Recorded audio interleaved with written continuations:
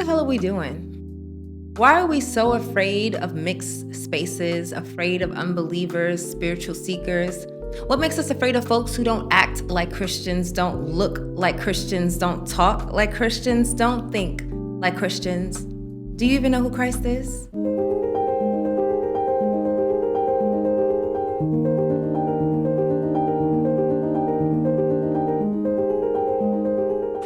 Hey y'all, this is a poem called Would You Even Like Yeshua? What the hell are we doing? Why are we so afraid of mixed spaces, afraid of unbelievers, spiritual seekers? What makes us afraid of folks who don't act like Christians, don't look like Christians, don't talk like Christians, don't think like Christians? Do you even know who Christ is? Seriously, tell me. Would you have even liked Yeshua then? Because that's all his ministry was, mixing. He could have stayed safe in the synagogue with the Jews where everybody acted alike, thought alike, talked alike, but he didn't. He walked straight into what he and we would call a mess. He engaged the outcasts, touched the untouchables, called flawed and broken men friends, even supported, spoke with, saw, and loved different types of those women. All he asked was, walk with me. He called these misfits friends, family. And still, you're too afraid to even be in the same room as them. Yeshua was a disruptor, not for the sake of chaos, but for truth. He disrupted superficial peace and what we would call holy. He flipped man-made power upside down. He highlighted humility, everything that goes against society. If we had to be real, sometimes the church looks more like society than society itself. Sometimes a church building feels unsafer than a street corner. And when that happens, we've got to ask ourselves, what are these spaces really fashioned after? Man or Christ? Because the Messiah wasn't asking people to perform. Why perform? He already knew it all and already loved us all. And listen, I get it. Some of us are really trying to be good, and that's understood. Others are running from the lives they used to live, running away from memories, so being around those people feels too close, like a reminder of who you used to be, maybe even who you still are. But Jesus didn't ask us to run away from ourselves. If anything, he's running to you right where you are now. And if you keep running, how will he ever reach your heart? How will you ever learn to receive love to give it? I get it. If we can't love all of who we are right now, we can't love others. Are you afraid to love yourself? Are you afraid of yourself? Transformation takes time. You don't even know who you're gonna be yet. So why spend all your energy trying to be a carbon copy of somebody else's holy? Let Yeshua love you as you are. Let the Holy Spirit dance with your spirit. Let God shape you into whoever you're meant to be. But please, don't take your fear, self-hatred, and anxieties and throw it on people who are just living. Because at least they are living authentically, free to what they know right now. But do you even know what life is right now? And tomorrow, who knows what it'll look like? But today, all we have is now. So tell me, would you have even followed him then? Or are you more comfortable with this westernized, sanitized version of Christian? Because if you're scared of mixed spaces now and you're scared of yourself, you would have even been scared of Yeshua then. And if that's true, then maybe, just maybe, you've already missed the entire point of what it means to be a Christian. Welcome back, everyone, to a new episode of the Clinician's Table. I'm one of your hosts, Drina Jade. And I'm Tabitha Azor. And today we are going to talk about freedom. Freedom. Freedom, freedom, where are you? I need freedom. Okay. So let's start with, what does freedom mean to you? Freedom. Thank you for that, by the way. Thank you. This is a powerful piece of work. Thank you. I think we'll come back to some of the pieces of it, but Okay. I think this piece, have you shared it? At Kinetic. Okay, awesome, awesome. Yeah. Share it more. I think more people need to hear this. This is really good. Freedom is, I believe freedom is the ability to just be ourselves, Mm-hmm. right? Like you said earlier, like being naked and unashamed Yes. and not ashamed.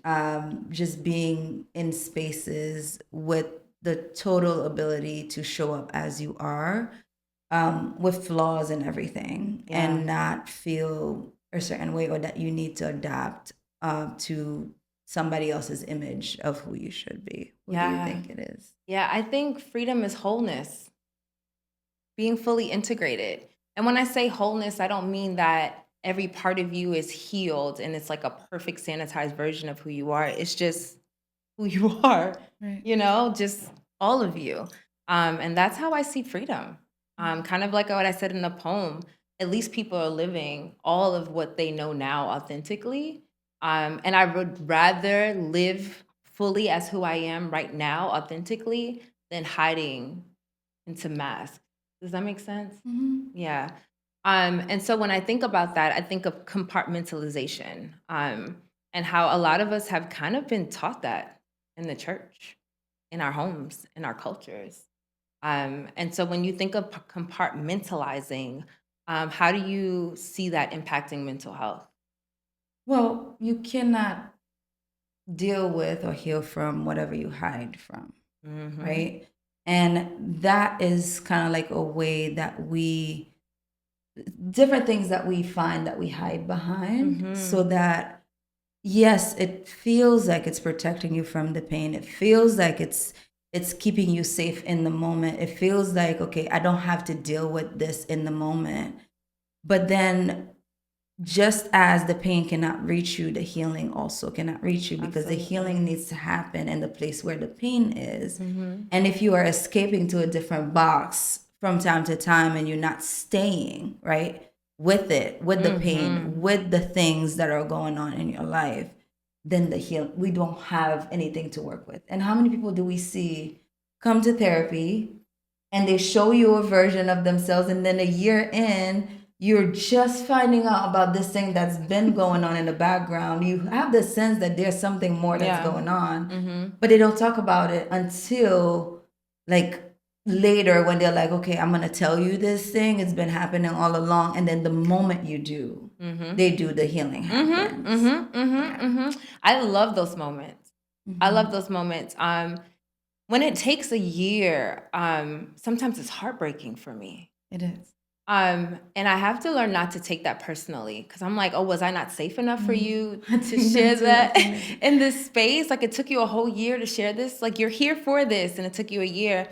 And what I come to learn is not that they don't feel safe with me, they don't feel safe with themselves, Mm-hmm. and they don't feel safe with even sitting with that within themselves. And so I think that when someone does finally say something, you literally see the Mm-hmm. like I'm just thinking of someone where I could tell that they were holding back, and I wanted to acknowledge, like, Mm-hmm.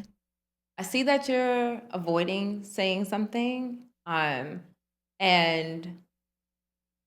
is that what I'm picking up on? Am I right? And they're like, yeah. And I'm Mm-hmm. like, okay. And I'm like, what's stopping you from saying it? They're like, I just haven't said it to anyone. And I said, okay, okay. And I was like, and if you were to say it to someone, what would happen? Mm-hmm. I don't know. It's scary. And they like covered their face. And when they cover their face, and it's like a little kid covering their face, but then I think of shame. Mm-hmm. And I'm like, oh, this is the physical manifestation of shame. Right, Like, I'm right. hiding myself because this thing that I may share may not, may cause you to something. And so I like to reassure them. And I'm like, I don't have a heaven and hell to put you in. I don't know none of your people. This is your space. And so Mm-hmm. when you're ready to share, share. And so then they'll start to share things. And I'm like, I don't know what that means. And so what I do is kind of walk alongside of them Right, right. to get them to that place where they can say it. Mm-hmm. And when they say it, you literally see Yeah. I'm like, Right. how do you feel? And they're like, feel lighter. Mm-hmm. Always. I'm like, Always. yeah. Sometimes people just need to be given permission to Mm-hmm. say something out loud Mm-hmm. and to know, okay, nothing's gonna happen to you when you say this thing. Yeah. Not in this space. Who am I to judge you? Right. Whatever it is that you have done, whether like I believe in a forgiving God. Like there's nothing, even though like, and sometimes being in a space that like spirituality and the gospel and all of these things are talked about openly, that because a lot of Christians walk around with shame and they wear it like a badge. They're like, it's normal. And you see them with it, and it's like something that's like normalized in those spaces when God literally came for us to be free and for us not to have to walk in shame anymore. Ugh. And we put it on other people. Yes, that's literally what I was just thinking. I was like, and we get mad when we see people walk in freedom because it's like, how dare you do this thing and then still walk around like you're loved and forgiven and free. And so then we like project our shame onto them so that we can all feel undeserving and pitiful. Yeah. We say we don't have no condemnation, but we consistently, you are condemned, you are condemned, you are condemned consistently. Yes. To people and to ourselves. Like we bring it to ourselves first. And it pains my heart. It's like that is not the heart of God. It's not. I don't believe it is, because it's hypocrisy and delusion. We were meant to be free. Yes, we were meant to be free. We were meant to be whole. And so when I think of compartmentalization, that's so funny that you brought up church, because I think I was like, where's the first place that we learned how to compartmentalize to perform? Right. And it's sad to say that I learned that in church. Like, I learned that in church. And one thing that I thank my mom for is that she was the mom that if someone was like, ooh, should your child be dancing? Because, you always have like those 3 or 4 people. My mother's like, there's nothing wrong with dancing. My daughter's going to dance. She's wearing a leotard. Okay. Like, and I wasn't aware that that's the things that people were saying to my mom, a single mom, but I was just so appreciative that she didn't take that from me. And so it's only until I got older where I learned like, oh, we're supposed to perform because I'm going to be myself. The way I'm at school is the way I am here. The songs I sing at school, I'm going to sing it here too. And so even if I know what I'm singing or not knowing, I'm going to do it. Like I was singing Peaches and Cream. Do you know that song? Peaches and cream. You know I eat it because I am a fiend. Getting freaky in a Bentley limousine. It's by 112. Okay. That song came out when I was in junior high school. And I knew it had a sexual connotation, but I thought it was literally about eating peaches and cream. And so I was singing it at church, y'all. I was like at church. Church was over. We were all hanging out because I lived at church. And so I was just up there like singing it. And somebody was like, Jade, don't sing that here. They didn't say, you shouldn't be singing that. It was like, you shouldn't be singing that here. And I'm like, why? I sing this all the time, right? Because in my head, I'm like, if I'm, and they were like, Drina, they call me Jade at church. They're like, what do you think that means? And I was like, people getting kind of flirty, eating peaches and cream, And they were like, girl, so the peaches and the cream, it's not peaches. And when they told me what it meant, I was like, oh. And I like stopped singing it, but I was still hum. But I say that to say that that I learned like, oh, like there's people who don't do things here, but they do things outside of here. And I'm like, but that's weird. Why would you do that, right? And I was like, where did we get that from? Like to pretend and to hide. And then I'm like, how does that impact people's mental health? How? I mean, you don't know how to be a whole person. Right. So you have to be like, probably not multiple personality or whatever they call it now. Some people. But you are someone different. Yeah. And you adapt to your environment. And that's how you learn to survive. And that's how you learn to fit in. As opposed to being like who you are. And then you show up as yourself in those environments. Because now it's really about survival. It's about acceptance. It's about like keeping yourself from being rejected overall from the people that you hang out with.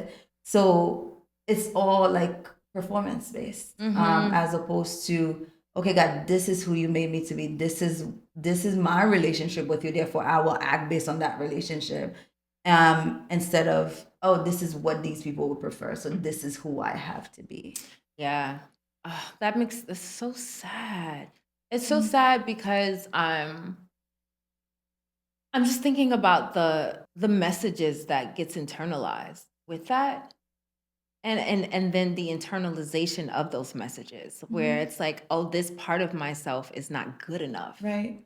Not welcomed here. It's not welcomed here. Something is wrong with it. And so then there's this shame, like, oh, okay, so I need to hide this part. But in hiding the part, it doesn't necessarily change the I think if anything, in the dark, it Mhm. grows and It becomes does. something else. It And does. so now you're really hiding it, right? Mhm. And then I'm thinking of like the mental energy it takes to actually say, oh, now I'm going into this space. So Mhm. let me be this person. Oh, now I'm going into this It's space. exhausting. Oh my gosh. It is. Who do you think suffers the most from compartmentalization, Like, demographic wise? do you even have to ask? Yes, I have to. Um, I'm thinking about the black woman. Say more.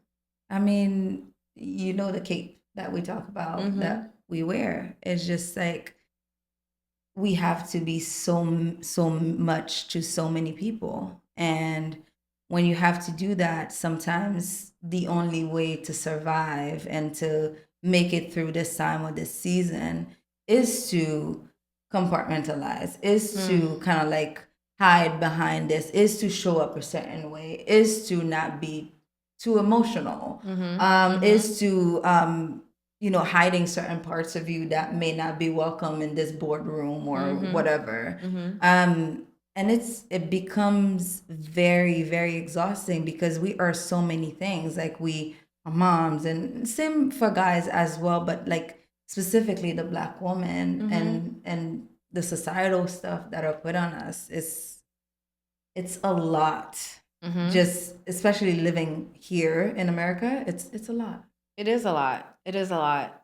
It is a lot. Because at first I was like, wait, is she gonna say the black woman or is she just gonna say black people? And then you're like, black woman. I was like, yeah, it is us. It is us. And I want to shout out the black men too. I know you all have your struggles as well. I Right, don't right. ever want to like invalidate. Oh, I rolled my eyes. Okay, but I'm serious. I never want to invalidate Mhm. your struggles because this idea of manhood that has been projected on you, that's not even Mhm. your real manhood. It's actually whiteness that you all are Mhm. trying to fight and work towards. It's actually very harming. Right. And in that it harms us too, Mhm. right? And so in some ways I'm like, please heal so that you can Mhm. help the people out. But um they go through that too, right? They Right. compartmentalize their emotions.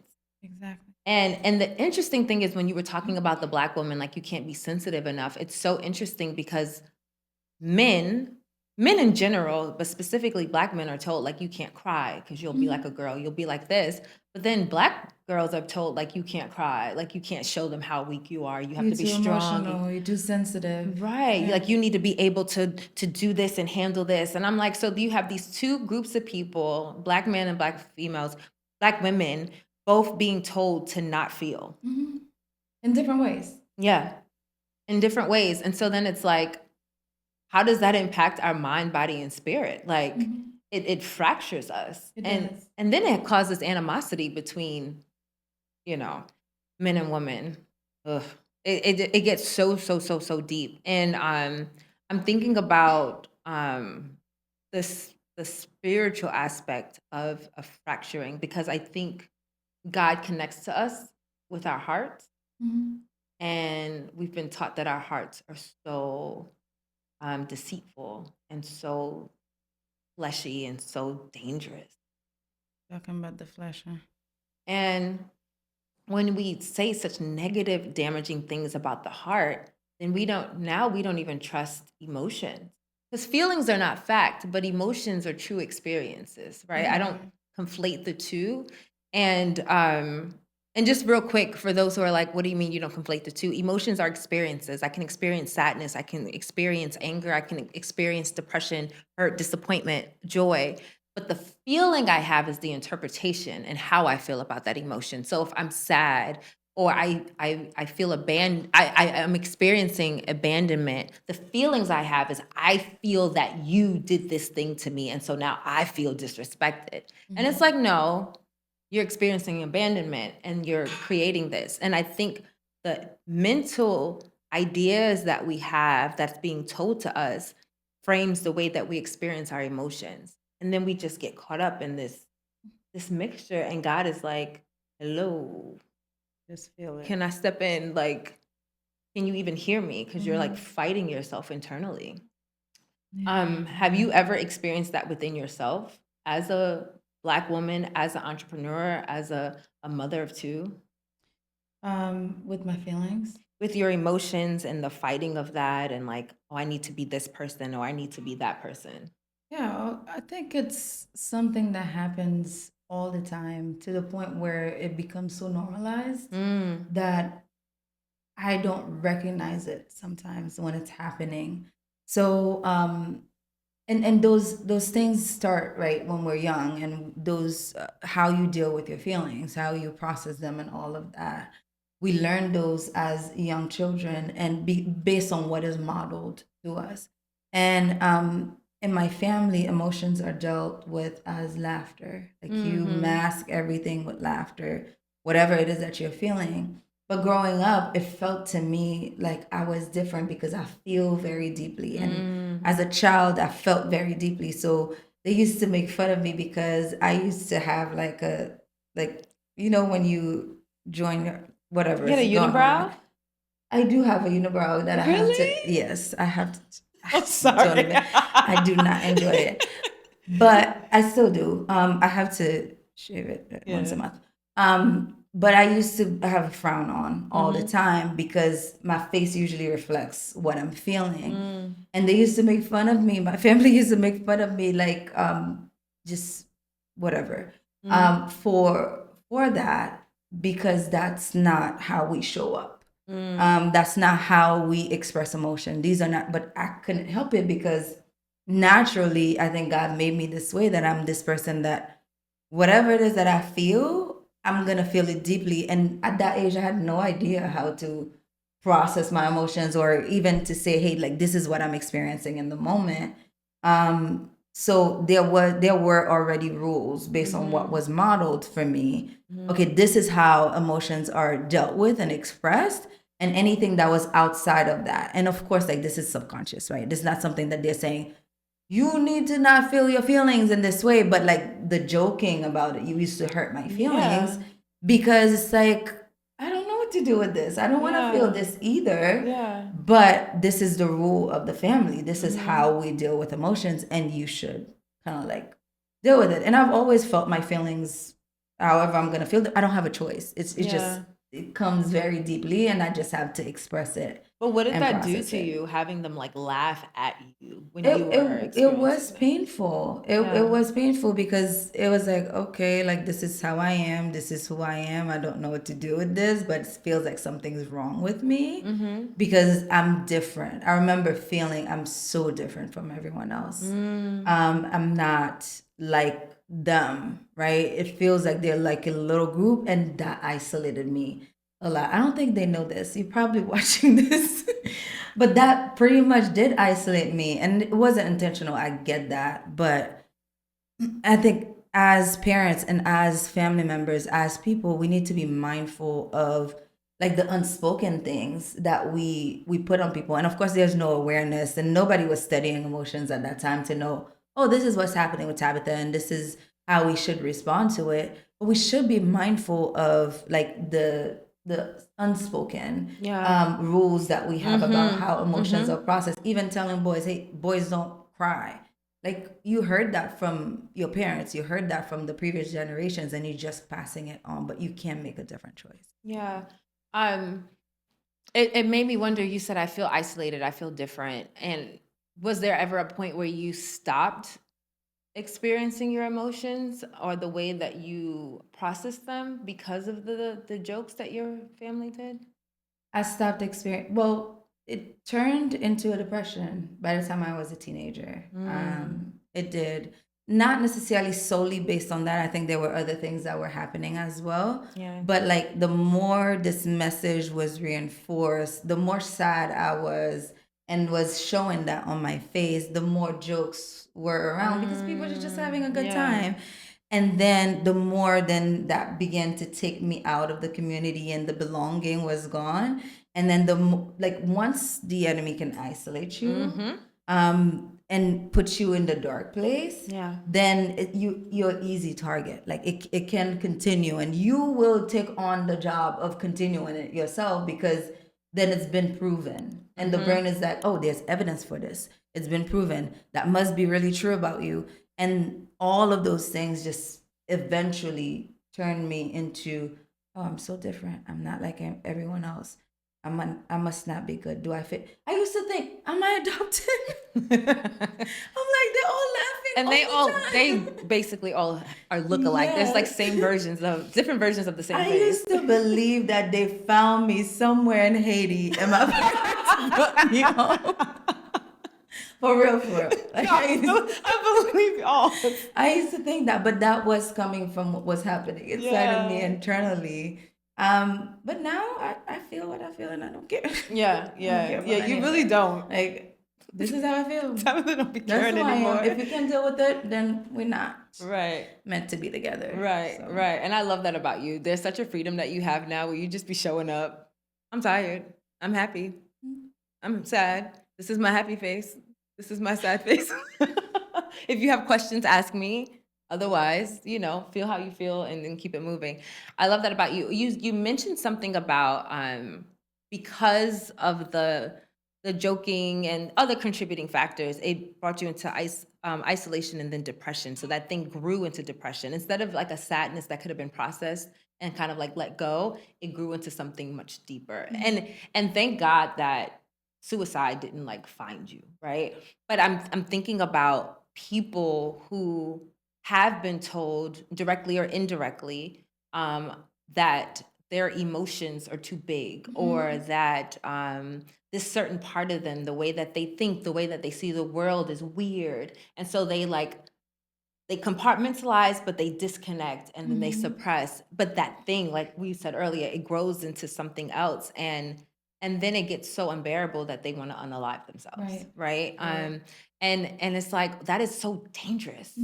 And so then when you talked about the enemy, I'm thinking spiritually, like imagine being a part of a spiritual community and feeling like there's parts of yourself that you can't bring into there.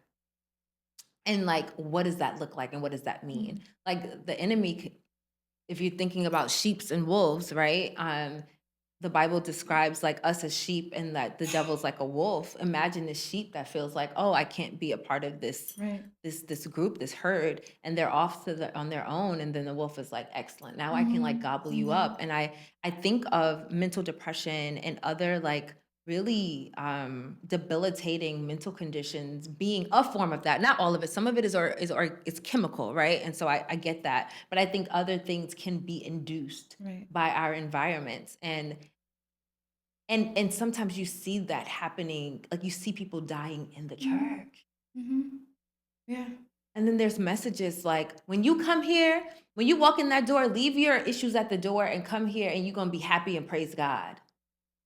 That's so weird. Why would I leave my issues at the door to come in here and be happy? And then I heard someone say, and when you leave, you can pick it up again. I was like, that is poor theology. And it's not the church that I go to. It's not the church that I go to. Shout out to New Life, which is very healthy, emotionally, spiritually, in all the ways. So shout out to New Life. That's not what I'm talking about. But I've heard ministers actually say that. And people in the audience is like, ha, ha, ha, ha, ha. But I'm looking around and I'm like, no, you're laughing, but you're crying. So much so when you ask someone, how are you doing? Nobody gives you a real answer anymore. I'm blessed. And highly favored. And I'm like, amen. Yeah, sure. And how are you doing? Like, how are you? And you can see that people are just not comfortable answering how they're doing in a space for healing and where we should be able to do that. it makes me sad. I'm pulling myself in because there's so much that I want to say and Yeah, not feel, church is but like a hospital. Imagine walking into a hospital and everybody wants you to pretend that your wound is not real. You got a gunshot wound right here, you bleeding, and everybody's like, "Oh, how you doing today? Oh, it's highly favored." that's And weird. you bleeding. That's weird. Or worse, cover up that blood. Yeah. Cover up Yeah. that wound. Don't be Yep. coming in here Yep. scaring everybody else. Nope. We're a top-notch hospital. We don't need to have that's weird to me. It is. It's almost a It form of is. like emotional and spiritual gaslighting. Mhm. And and so to come back to saying that when people hide parts of themselves when they come into the therapeutic space, it's like understanding that they have come from either family systems or church systems or any form of community systems that have told them that their emotions, this part of them is Mhm. not okay. Right. And so it gets to the point where it's almost unsafe to even share. Mhm. And we get to break that. We get to Right. break it. So we were talking about messages that we internalize. Why do you think people feel safer separating the spiritual from the emotional? Because I was talking about the heart, and I didn't finish that thought. Mhm. Why people feel safer separating the The spiritual from spiritual from the emotional.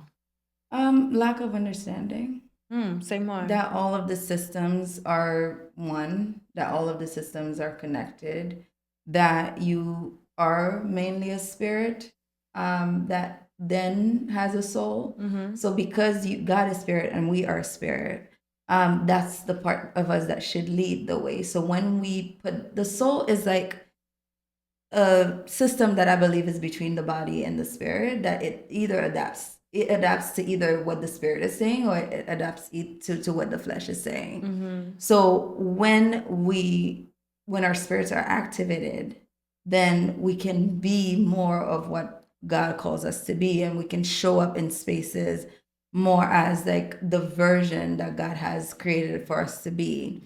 But when we keep the spirit out of it, the soul is left to pick up from what we feel from the flesh or what may not be necessarily fully true based on what God says about us, Mm-hmm. to then act, to then feel, to then describe, define yourself, to then do all of these things.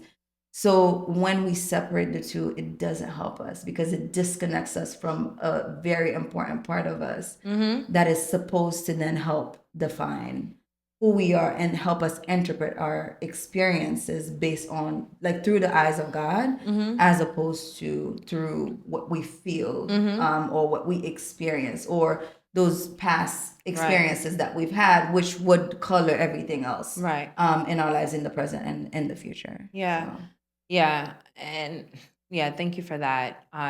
When you were talking, I was literally thinking of a disconnect between a valve and the heart Mhm. and and the separation of that being bloody and violent. Because when I say why do people feel more comfortable separating the spiritual from the emotional, the thing is that it's like they feel more comfortable doing that because what they think is spiritual is not. Mhm. It's it's dogma, it's religion. It's a I have a friend named Jasmine and she calls it systematic principalities. She's like, it's these oppressive principalities that are systemized. And it forms into some man-made doctrine. And so they're thinking it's spiritual, but it's Mhm. not. And I think that it's easier for them to do that because if they were to really separate the spiritual from the emotional, they will literally be detaching Mhm. the valve from their heart. And if that happens, then the blood doesn't flow. And if the blood doesn't flow, then the heart stops beating. And the heart stops beating, the whole system goes down. Because we think we can exist without God. Talk more about that. So, as in, because what I hear you saying is that when we disconnect, we think we can exist without God. Because I hear you saying because God is actually very much integrated into the emotional and the spiritual, And the the heart. spiritual. Mhm. Okay. Okay. Say more. Yeah. So if I believe that without my spiritual side being activated, then I can function, then I've declared my independence. And I'm saying that I can figure it out. I can be self sufficient. I know the truth and I can trust whatever is pouring out of those past experiences to be able to lead me forward. So when we do that, it's like saying, God, like, I know best. I'm going to figure it out myself. But we're relying on a faulty system because the Yeah. system was made perfect, but that system was corrupted the moment that sin entered the world. And when sin entered the world, then those experiences that we've had, those abuse from the past, the childhood stuff that form our schema and form how we interpret the world, began the thing that then begins to color the way that we see everything moving forward. So declaring our independence is saying, God, like, I know best. I'm going to trust these experiences more than I trust you in this moment, more than I can activate what it is that you are saying from a spiritual side, from my spiritual life, who I am actually, because the spirit is intact. The spirit does not get impacted by all of this stuff that is happening. So that's what we should be pulling from, as opposed from pulling from the experiences that stained us and hurt us overall. Am I making sense? No, you're making a lot of Okay. sense. I'm getting so many thoughts and images while you're speaking, and I'm like, okay. So what I hear you saying is,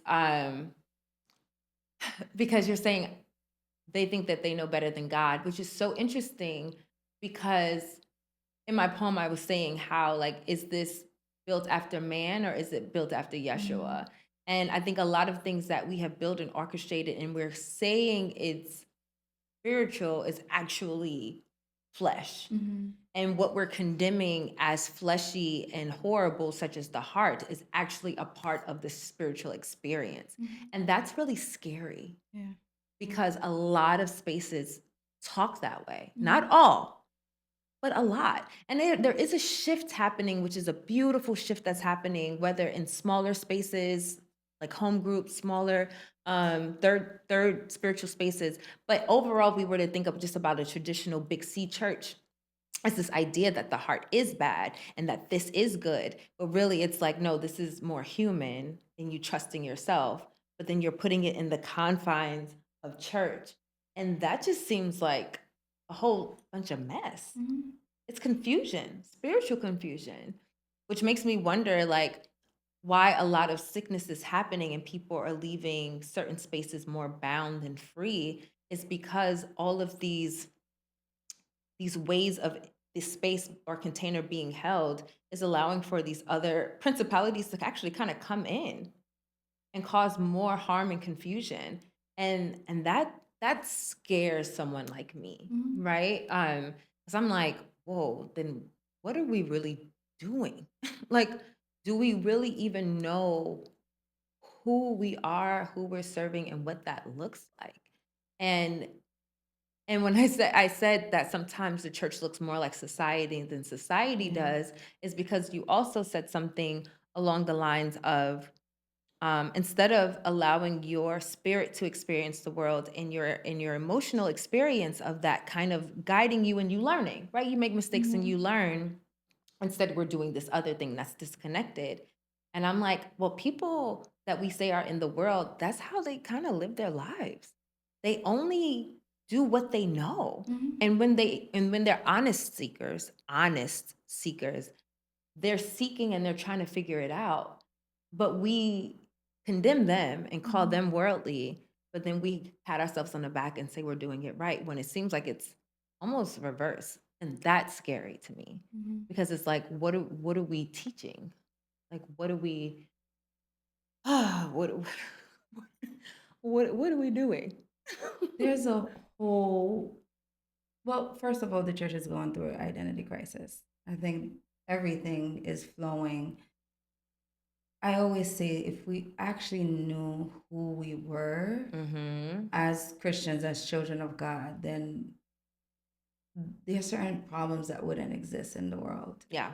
And a lot of the changes that need to happen in society depends on the church getting to their identity, just acknowledging who we are overall. But We like routines.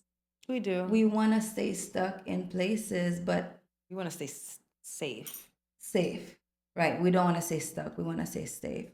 Um, and sometimes that's the thing that's killing us. Mm-hmm. And we don't recognize it. We just stay there and we let it. Yeah. Yeah. But Oof. That makes me sad because who makes up most of the church? The Black woman. The you were talking about. And I was like, oh gosh, like it just comes full circle. Like the Black woman makes up a large percentage of the church. Most churches you go to, it's mostly women. But when right. we're talking about spaces of color, Black churches, it's mostly Black women in these spaces. And you said something and now it's escaping me. Ah, man. Oh, no. It left. It disappeared. Okay. It flew away. But I think what my brain was trying to make the connection is that when we're talking about being compartmentalized and where do we learn that, whether it's from family, whether it's from churches, from community and spaces and everything else. One thing that my mind started thinking of is autoimmune diseases that impacts us physically.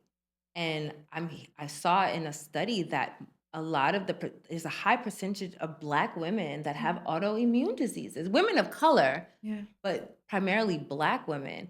And I was like, oh, it's because of the stress. Connected to trauma. And it's connected to trauma. And it's connected to disconnect. And it's connected to all these things. And so when we're talking about the importance of integration, when we're thinking of mental health and the spiritual, I think it also kind of loops in the physical too. It does. All the systems are connected. All the systems are connected. And I think even with the work that we're doing, I think we know that, and so we want to honor that, right? Like all these systems are connected. So just to be in this space, just to talk about this mental thing would be a dishonor to actually what's happening. There's a spiritual thing happening, there's an emotional thing happening, and then how is it manifesting physically Right. in your life, right? Because even if we're saying that someone is admitting something in session, and then when they admit it, you see like them becoming lighter. That is a physical manifestation of something heavy that was Right. on them, right? And I'm thinking when we see people, once again, I'm not knocking science. Some things are chemicals, some things are other things that are happening, but I am talking about, I do believe there is a percentage of physical ailments that happen, mental ailments that take place because of us being spiritually, mentally, and emotionally unwell. And I think it's just so, so important when we talk about that. And so when we think about freedom, I think of health. I think health is freedom. Right. Spiritually, physically free, not in jail.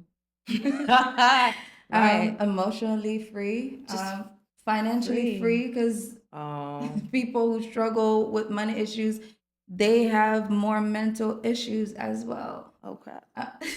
Stop it, Jude. Oh, They do. when people They start walking do. on your street and you're like, no, but Yeah, you're actually yeah. correct. I think when I was in the tightest financial bind I was ever in, I felt stressed, and it was like I was like my body was sore. Like and I felt bad about myself too. So not only was I physically feeling it, my mind hurt. And then I just started emotionally feeling bad about myself. I felt less than. Like I can't even go to the movies in the season. I can't even go out to eat with friends. Like, oh gosh, like, and I was like, and I'm this age, I should be doing this. And then where are these expectations and markers coming from?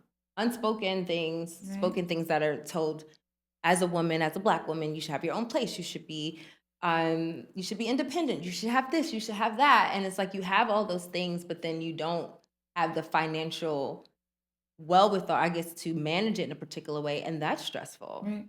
And I mean, and finances can go in so many ways, because sometimes there's one person that says, look at someone's finances and I can tell you how they feel about themselves. Yeah. And this could be an assumption, right? But to me, it seems that way. So why do you think the church is more comfortable being bound than being free? Hmm. Why do I think the church is more comfortable? comfortable being bound And than if you being don't think free. that's the case, you can address it in that way as Yeah, well. and I'm gonna always say not all. Right. Um, because Tabitha, let's be clear, Tabitha and I are a part of churches and we're well like integrated in our churches. So we're not church bashing as people like, we left our church. No, we're heavily involved in our churches and we love our churches and we love what we do. We just have seen things, heard things, and so just wanted to say that. And so when I think about why the church likes being more spiritually bound than free, the word control comes up. And then a question comes up like, do they even know that they're bound? No, I don't think they do. I think there's a level of arrogance that the American church can have where what we have recognized to be bound, they see as being doctrinally sound. Mhm. And doctrinally sound, and you, like you said, people love systems.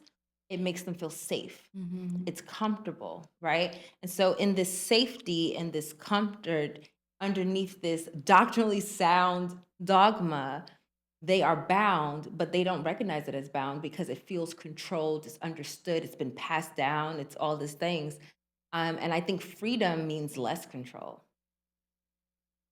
When really less control means that God has control. And I don't think the church is comfortable letting God be in control. This is so backwards. This is so backwards. So backwards. I don't think the church is comfortable with God being in control, because if God was in control, the Holy Spirit can flow in a particular way. There will be healing. Right, There will be right. things. So like, perfect example, when Jesus went to the synagogue on the Sabbath, and the guy had like a withered hand. Everybody's talking, ma, anshala, da, da, da, like doing their thing, right?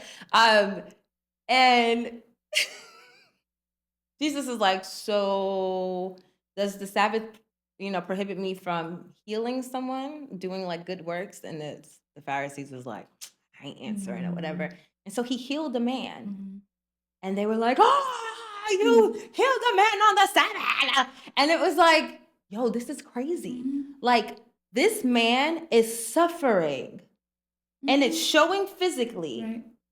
Jesus is healing this man so he can be free and released from this ailment. And you all are upset that he did it on the Sabbath?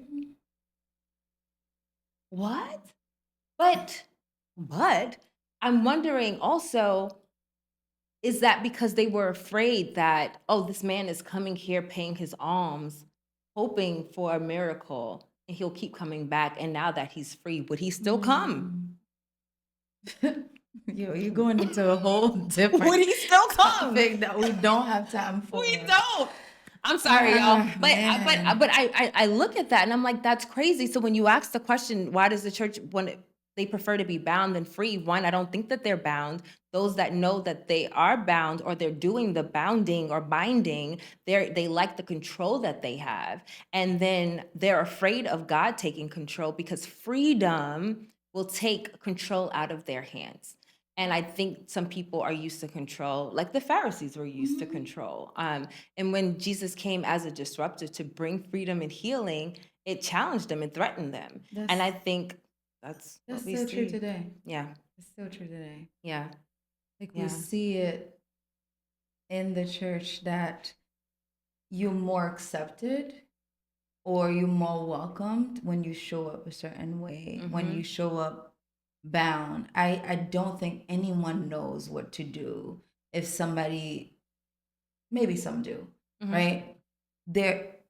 It can be hard for you to be taken care of in the right way when you show up a certain way, because people are expecting you to come with the mask, like, I'm all good, I'm put together, I'm dealing with it by myself during the week, when that's the point of community. Right. Like, you're supposed to come and join in community so that you can share the burdens, that you can be able to then confess your sins to one another, pray for one another, and you will be healed, right? Those things are supposed to come true in the midst of your brothers and sisters. There's supposed to be safety in those spaces, but there is a sense of physical safety, but emotional safety is non-existent.